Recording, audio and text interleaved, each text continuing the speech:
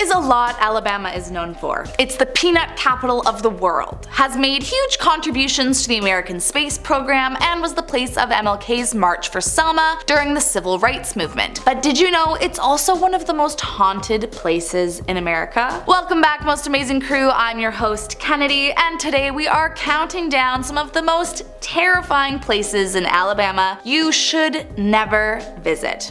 You ready? Starting us off at number 10 is Maple Hill Cemetery. Founded in 1822, this cemetery is the oldest and largest burial ground in the state, where roughly 80,000 people have been laid to rest. But with that many souls in one place, it only takes a matter of time before people start noticing something strange happening. While during the day, you may be spared from witnessing a horrifying spirit, it's said at night the tortured souls are unearthed, roaming the grounds in search of answers. Most unsettling is the park on the property, also known as the Dead Playground. Oh gee, that sounds inviting, don't you think? Apparently it's nicknamed that as many young people are buried in the area, and visitors brave enough to see for themselves what goes on claim that at night the trapped souls of the young can be seen playing around the park, while their creepy giggles echo throughout the grounds. But whatever you do, make sure you pay respect to Mary Bibb. If you knock on her mausoleum walls, she will reply with a gentle creak of her rocking chair buried inside. But if you forget to greet her, well, she just might haunt you forever.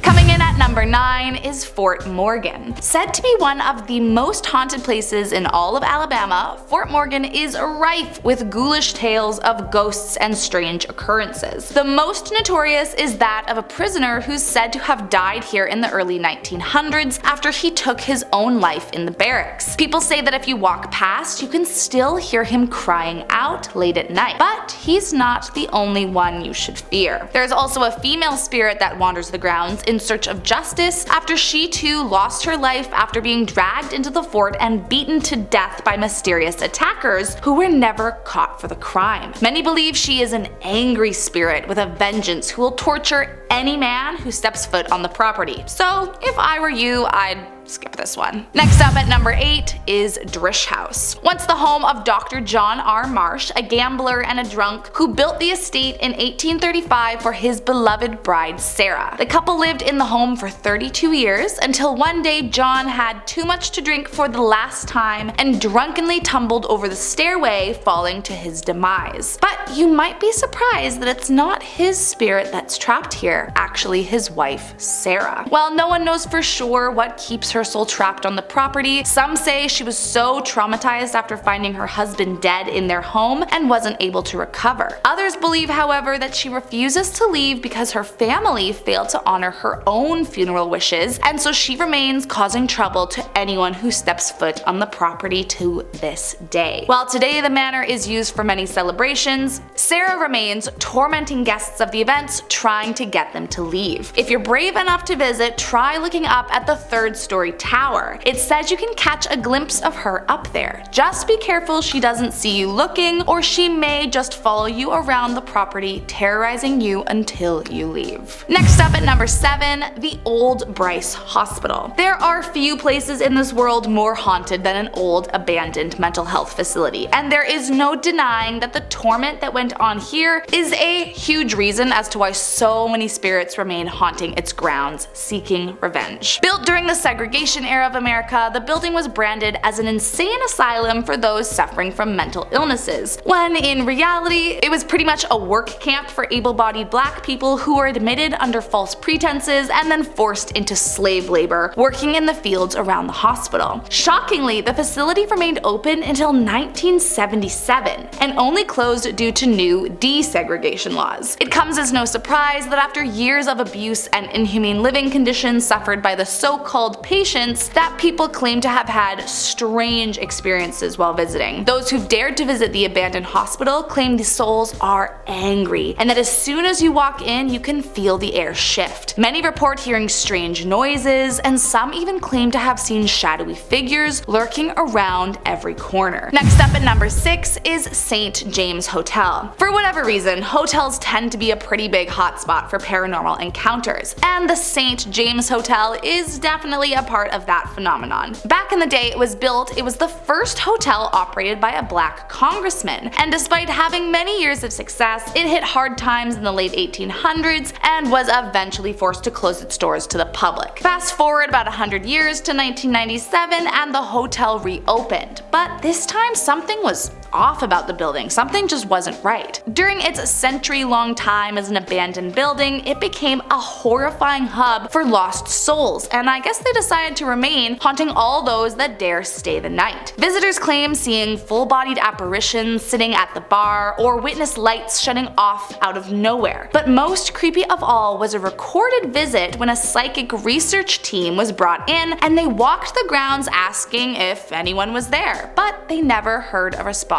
back. But later on, when they played the tapes, an older man's voice responded saying, "Well, that's a stupid question," making everyone in the room jump. So, what do you say? Are you brave enough to pay the ghosts a visit? Coming in at number 5, Cahawba Ghost Town. It likely comes as no surprise that a ghost town is also home to thousands of unsettling spirits, but few are more terrifying than Cahawba. Once the capital city of Alabama, it was abandoned after the Civil War when terrible flooding led to most of the buildings falling into complete disrepair, and so the citizens who survived were forced to leave for good. Today, nothing remains but the ruins of what used to be, including a church, a few cemeteries, and the Barker Mansion and its slave quarters. And I mean, that is just all the ingredients for a haunted ghost town if I've ever heard of one. Those that have tried to visit the once booming city recount that as soon as you enter the town's borders, cell service gets spotty and unreliable, only to be completely fine as soon as you step even 1 foot off the border of the town. While that alone might not scare visitors away, there are also countless reports of visitors witnessing terrifying apparitions and hearing the voices of the dead crying out at night for revenge. So visit at your own risk, but don't say I didn't warn you. Coming in at number 4 is the Boyington Oak. Of all the things that are usually haunted, like cemeteries, hospitals, churches, the last thing you'd likely expect to need to be afraid of was a tree. But trust me, this is no ordinary tree. The Boyington Oak is said to have grown from the grave of one Mr. Charles Boyington. As the legend goes, back in 1835, Charles was accused of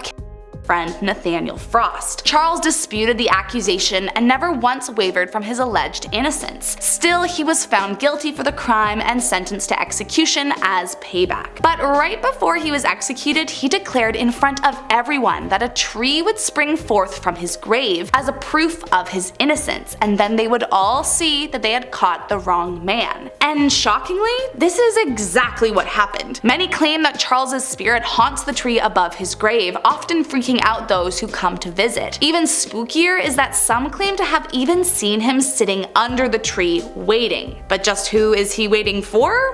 No one knows exactly. Coming in at number 3 is Sloss Furnaces. Once built as a means to access iron ore, coal, and limestone, the Sloss Furnaces were far from a safe place to work. It's believed over the years at least 47 men lost their lives working at the furnaces due to the incredibly dangerous work conditions. But the most talked about is that of James Slag Wormwood, a former foreman of the furnaces known for being cruel to his employees and who died after slipping and falling into a pool of molten iron ore. Although there is rumor he may have been pushed by his workers, forced to the brink after his unending abuse. Still, after Wormwood's death, strange things started happening more and more frequently. Workers were seeing strange things, hearing strange noises, and started to feel like they were going crazy. Employees were being found injured or seen tripping and falling out of nowhere. Each of them recounted that an angry man covered in burns had tried to push them after screaming at them to get back to work. Then in 1971, a watchman encountered what he described as a half-man, half-demon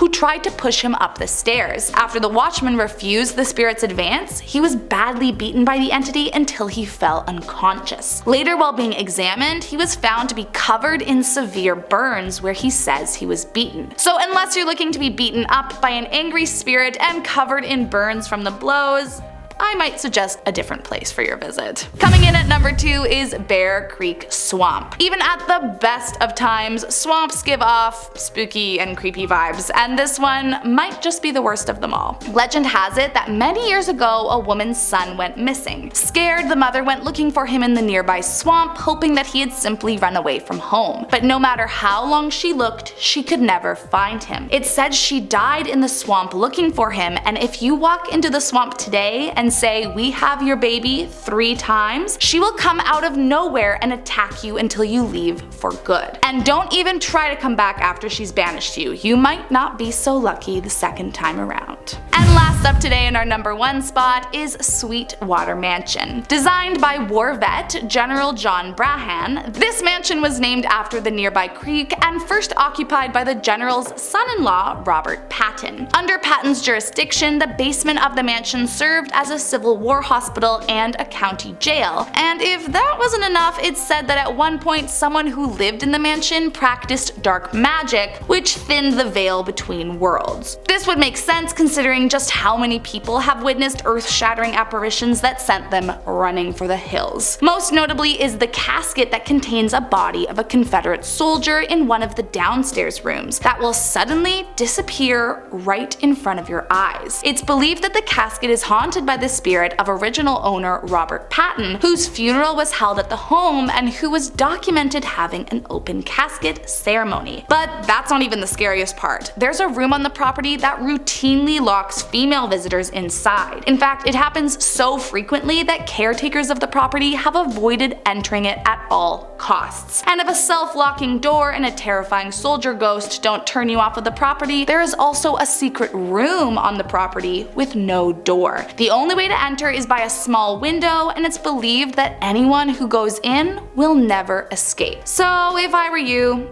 I'd skip this one. Thank you so much for watching today, guys. I hope you liked this video. If you did, make sure you hit that subscribe button and let me know in the comments if you have any other scary places in Alabama. I'll see you next time.